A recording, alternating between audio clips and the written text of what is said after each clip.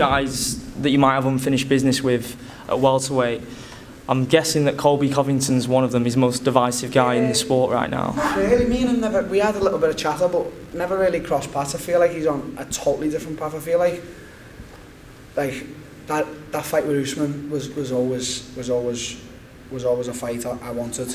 As much as a lot of people tried to avoid him, that was a fight I wanted to get.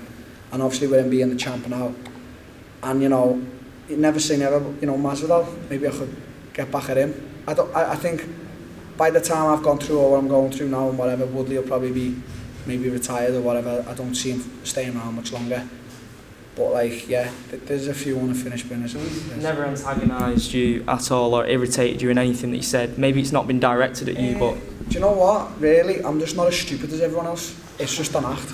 Everyone else is just... If you were on the receiving end of it though, I could not. If you heard the conversations I have with my friends, you'd know that stuff like what he says just really wouldn't affect me. It's like, I just know that's just an act, so I don't...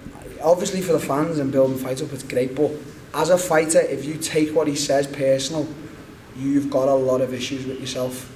So yeah, if we ever fight, I'll build a fight and I'll call him names, and I'm not like other fighters. I wouldn't push him. If he ever said something funny, I'd smack his jaw straight off.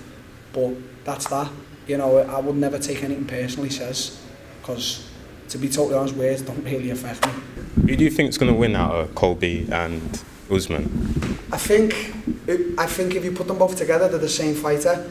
But Usman is a bit... Look at Dan agreeing. Is this the fight we're agreeing for once?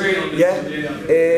I think Usman has got everything that Colby has, just a bit better. I think he's got more power. I think...